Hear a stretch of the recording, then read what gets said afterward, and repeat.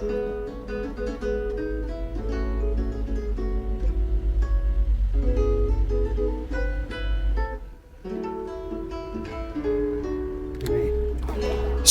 the 15th of March, the Ellenroad Classic Cars Show. Setting off bright and early to make sure I get myself a spot.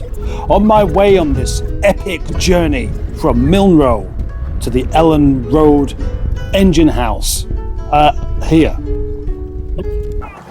Hello and welcome to the Ellenroad Classic Car Show 2024, spring etc. It's all quite busy here actually.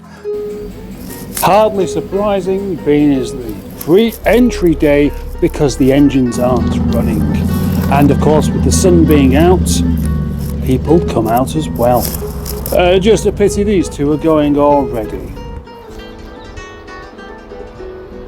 So the first car I made a beeline to was this Rover 75 in copper leaf red, and its Union alloys. It looks really fantastic. And on the dashboard, a couple of Rover 75s to remind the owner what it is. Then we have a BMW Z3 and then Rover P4, which is rather dark, dangerous looking.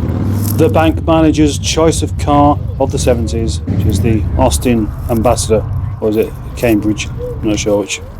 With its shiny bits and headlamps that look like ears, we have this rather exotic, gentlemanly Daimler with a staggering 18 brake horsepower. You can bet this was something for its 2.5 litre at the time.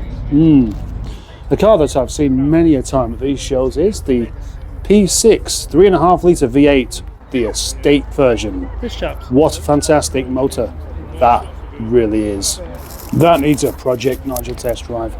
Mercedes thingy, it's hardly a classic, is it? Maybe it's a nice enough car, but unlike this van, which is definitely what you would call classic, a Trojan workhorse in red and black. That is interesting. Another side opening bonnet on this one with a rather dangerous looking thingy on the front, and another ancient car with its bubbly bits and running boards, leather seats and a cloth roof. Gosh, oh, look at that, looks like a leaf spring on the front there, and it looks rather gormless, but again, dangerous thingy. Here's a 1955 standard Super 10, much more like it. This one's called Dorothy, which it does suit. Unbelievably flat windscreen. Then we have this, which I didn't hang around until I got to this Jaguar XJS, which is all really rather lovely indeed. In the back of there though, what's that about? What happened to the seats? Got that instead? Now this is something I like. Look at the shine on this green Fiat Barry Manilow. Or is it Barry White? I don't know which one it is. I like it, yes. Triumph Stag, of course, you have to have a Triumph Stag at every car show. Preferably a V8, preferably never been on fire. Another pre-war car that I'm simply too ignorant to really take much interest in. Now, this is the colour that I'm thinking of, that I would love my MGF to be. Isn't it fantastic colour? Oh yes, yes, yes, I want that colour. Oh, we're back on this one again, are we? I'm sure I've already filmed this one. Yes, I did, didn't I? Let's go and look at what's next. Oh yeah, how about this one here? I haven't filmed this one yet, but I'm about to do. What can I say about this before I look at the Mercedes-Benz SL instead? Well, the old wedgy Mercedes-Benz SL 320. Not as good as this, the Triumph TR6. That's a man's car. That's a proper man's car. Sorry ladies, but it's almost as manly as this one here. This is the ultimate in manliness of a car. The Daimler Dart, and in this kind of old English white as well. Oh yes, that does it for me. What about this though? Looks a bit like a Darth Vader's face painted in orange, and then the whole load of dented bubbles that follow it afterwards. Doesn't look like the safest place to be, All the coolest in the summer months. Next, as if the Cadillac Fleetwood wasn't long enough to start with, this is the limo version with its pretend jets and jagged pointy bits at the back. Same at the front. It's a rather imposing car, probably weighing about 3 ton. It would be great to see this car left as it is, but British weather will ruin it. And now we have a Jaguar, which is red and apparently for sale as well. Looks rather small next to the old Cadillac, doesn't it? And then a Saab shoe, which is the thing I like. It's a turbo shoe. This foot is going to go very, very quickly in there. Sweaty socks. Oh, another little popular. Seen this one before with its mini lights. Then a non-restored Triumph Herald. Looks like it's been painted with a brush from the front and the back. Same age as me, this car, you know. Nice. And then an incredibly lovely Mark II Jag in the same colour as a Rover 25 that I have somehow managed to ruin. Very nice indeed. There's a Rover 75 V6 Connoisseur and an Opel Asconda, and then a whole load of Rovers on a plaque with one missing.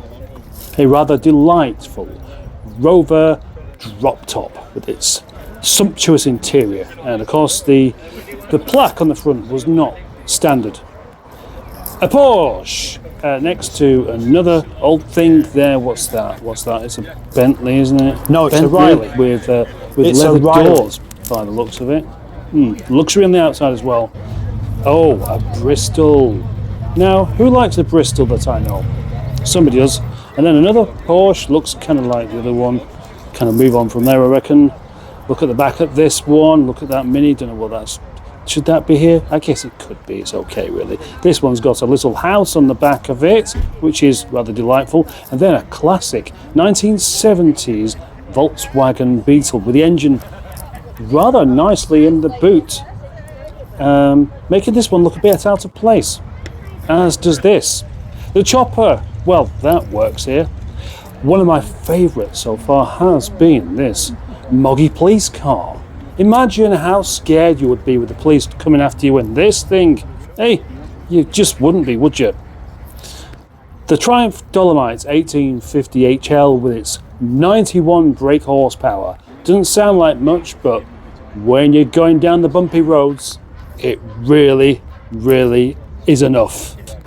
Now this is a proper classic, isn't it? An MG Midget, a 1970s MG Midget, parked next to a whole load of Ford Escorts, which, although this one might be yellow and is telling you all about how good it is, it's about as good as this one, or about as good as this silver Capri here, which is alright. It's not too bad. I used to have one of these, in fact. Then another Escort, which is, it's alright, quite like the colour. Another Escort, which is alright. Next to one that really isn't very interesting at all. And then another Escort, and then the Volkswagen Golf actually looks rather glamorous compared to these things. But then an MG BT, yes, with rubber bumpers and a P-Reg 1976. Oh, a yellow MGTF. This was probably a 160, but it doesn't say so anywhere. But that's my presumption. It's kind of what it looks like. Whatever the case, it's rather nice, isn't it? This has to be one of my favourites, though, the Hillman Super Minx. What a wonderful paint job. How gloriously shiny this really is. The rear end happens to look angry at the same time as comforting.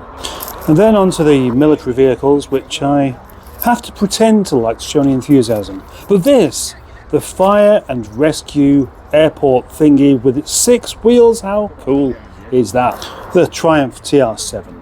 Not the most exciting car, especially in silver. It should be red like this one, or even white like this old Jag with its what looks like morph under the bonnet. Now this Rover 820 Vitesse is one I've seen many a time. Many a time have I seen this car, and it's as good as this BMW M5, and it is a proper M5 as well. An M5 from a time where M cars were interesting, and this one certainly is. Looking much more modern than it should do is this Mini R53, parked next to this coffin on wheels. Very shiny though. But back to the Mini. It doesn't look as old as what it actually is, and I find that quite impressive. This is the really confusing bit though. 3 modern Minis. Don't know what that's about. Oh, but this is a Mazda MX-5 with a perfectly detailed engine. Fantastic. And red. And the Humber Super. Is this the Super Snipe? Is this a Super Snipe? I didn't get a good enough look at it. That's a nice green van. And then we have the Austin 1300 owned by Senior Mustard. And the MGF owned by Mr. Phil K. Also a car that I've driven. This car, in fact, made me realise just how much I need something like this. Not like that.